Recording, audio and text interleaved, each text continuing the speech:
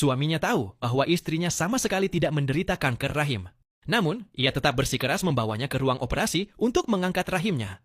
Ia bahkan sengaja menyewa seorang tukang jagal untuk menyamar menjadi dokter ahli bedah utama, dengan tujuan memastikan istrinya tidak selamat dari operasi itu.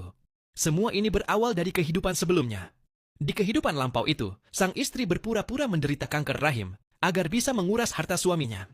Ia bekerja sama dengan kekasih gelapnya untuk memalsukan laporan medis. Suaminya yang polos mempercayai semua kebohongan itu. Ia bersumpah akan setia selamanya dan untuk membuktikan kesetiaannya, rela menjalani operasi sterilisasi. Setelah operasi, suami keluar dari rumah sakit dalam keadaan lemah dan kesakitan.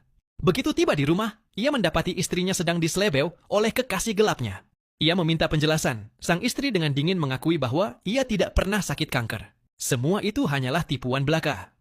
Baru saat itulah suami sadar betapa ia telah ditipu habis-habis. Namun sang istri tidak menunjukkan sedikit pun penyesalan.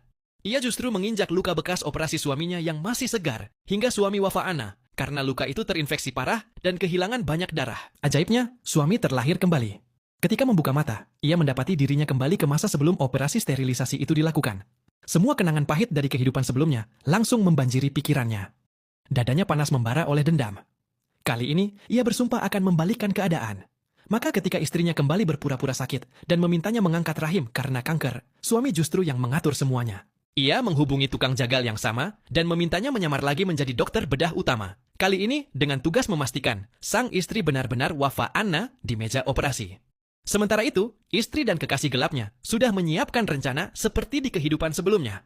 Laporan medis palsu, bekas luka buatan di perut, dan obat bius yang akan dicampurkan ke dalam minuman suami agar ia tidak menghalangi. Mereka menunggu suami jatuh ke dalam jebakan, tanpa tahu bahwa suami sudah mengingat segalanya. Hari operasi tiba. Suami tiba-tiba masuk ke kamar rawat inap rumah sakit.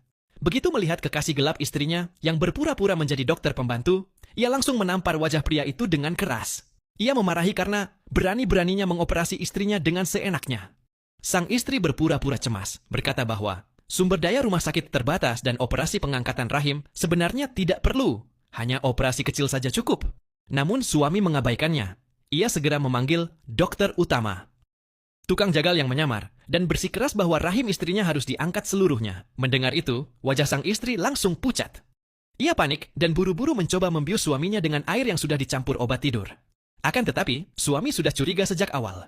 Ia pura-pura ragu sejenak, lalu menolak meminumnya. Tak lama kemudian, tukang jagal yang menyamar sebagai dokter utama datang. Sesuai perintah suami, ia mengatakan dengan wajah serius bahwa jika rahim tidak diangkat total, nyawa pasien akan terancam. Meskipun sang istri berulang kali menolak dan meronta, suami tetap memaksanya masuk ke ruang operasi.